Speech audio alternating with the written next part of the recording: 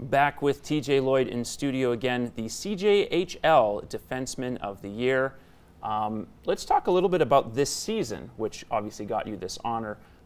You guys weren't one of the prohibitive favorites going into the playoffs despite winning last year, and weren't even picked in your second round series against Bonnyville. What was the mentality of this group like compared to last year? What did that run feel like? Yeah, this year, I felt like kind of a lot more work almost had to be given into it, and a lot more our team just needed a little more direction this year as a younger team, and I think battling injuries all year, our record wasn't necessarily where it showed.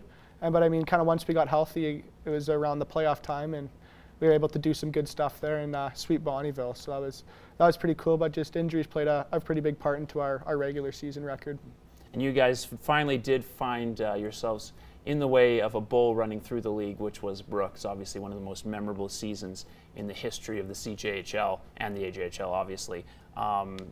You guys, while the series didn't last a particularly long time, the games were certainly competitive. Did you guys feel like a bounce or two could have changed your fortunes there? Yeah, I think so. And just talking about the series prior against Sherwood Park, that was an awesome one, where the players were driving back and forth just across Edmonton, and there were tons of people coming in. That was very cool. And then obviously going into Brooks, we went there and they end up scoring with like 2 minutes left and take game one, and then game two goes to double overtime, and they end up stealing that one too. And when you lose two on the road, it's hard, but we came back and we didn't play our best, and we knew that. But hey, we gave it all season, and they're a heck of a hockey team.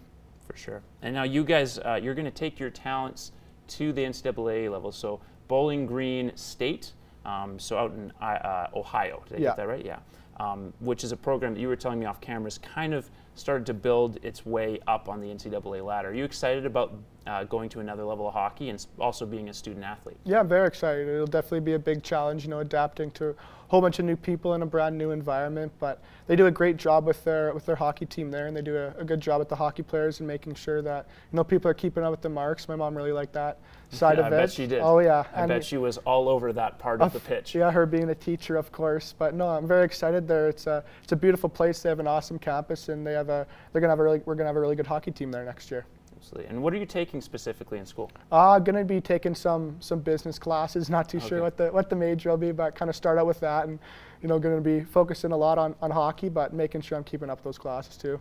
Gotcha. Have you ever thought at all about, because you're obviously going to a different country, which I guess it's been an interesting time politically and other socioculturally, pop culture, all sorts of things that have happened over the past, I guess, 4, 5, 6 years. Yeah. Did you think about any of that stuff, or are you kind of actually fascinated to see what that's like? Yeah, excited to see what it's like, and I have buddies in the States, so I kind of get introduced to that American culture. But I'm going down there to play hockey, and that's why the school's bringing me down. So I won't be focusing on too much other than that. Fair enough.